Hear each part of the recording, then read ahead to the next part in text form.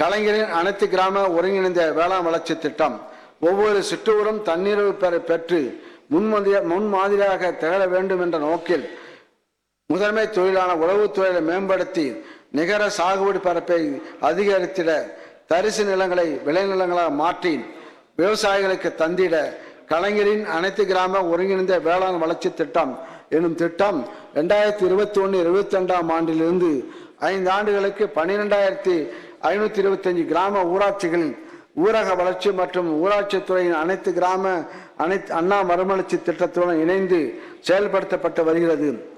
2024-25 ஆண்டிலும் இத்திட்டம் தேர்வு செய்யப்பட்ட 2482 கிராம ஊராட்சிகளில் 200 கோடி ரூபாய் நிதி ஒதுக்கீட்டில் தொடர்ந்து செயல்படுத்தப்படும். தேவைக்கேற்ற உற்பத்தியை எட்ட வேளாண் பயிர்களின் பரப்பு விரிவாக்கம். உணவுப் பொருள் உற்பத்தி தண்ணீர் எவ்வளவு முக்கியம் என்பதை ரஷ்யா உக்ரைன் போர் நமக்கு உணர்த்தியுள்ளது. தேவைக்கேற்ற உற்பத்தியினை நெற்றினால் மட்டுமே தண்ணீர் பெற முடியும். தமிழ்நாட்டின் நெல் தேவை ஓரளவுக்கு நிறைவு செய்யப்பட்டாலும் பயிர் வகைகள் எண்ணெய் வித்துக்களுக்கான தேவை நிறைவு செய்யப்படாமலேயே உள்ளது. தமிழ்நாட்டில் ஆண்டு ஒன்றுக்கு சுமார் 18,45,000 மெட்ரிக் டன் உணவு எண்ணெய் தேவைப்படுகிறது. தற்போது சாகுபடி செய்யப்படும் எண்ணெய் வித்து பயிர்களிலிருந்து 4,85,000 மெட்ரிக் டன் தாவர எண்ணெய் மட்டுமே உற்பத்தி செய்யப்படுகிறது.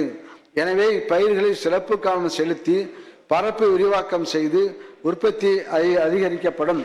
பயிர் பெருக்கு திட்டம் உணவு பாதுகாப்பையும் ஊட்டச்சத்தையும் நோக்கமாக கொண்ட நிலையான உணவு உற்பத்தியின் ஒரு பகுதியாக பயிர் வகைகளின் உற்பத்தி உள்ளது.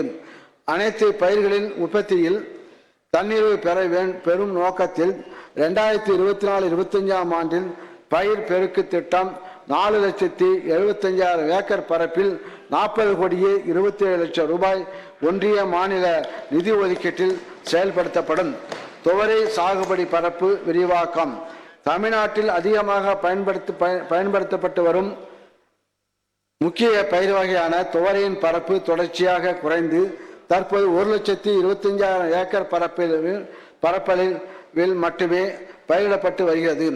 எனவே துவரை சாகுபடி பரப்பு குறைந்து வரும் மாவட்டங்களில் இப்பயிரின் பரப்பு அதிகரிக்கப்பட்டு 2024-25 ஆண்டில் 50,000 ஏக்கர் பரப்பில் துவரையை தனி பயிராகவோ வரப்பு பயிராகவோ அல்லது ஊடு பயிராகவோ பயிரிட 17,50,00,000 ரூபாய் மாநில அரசு நிதி ஒதுக்கப்படும். செய்திகளை உடனுக்குடன் தெரிந்து கொள்ள உடனே சப்ஸ்கிரைப் பண்ணுங்க.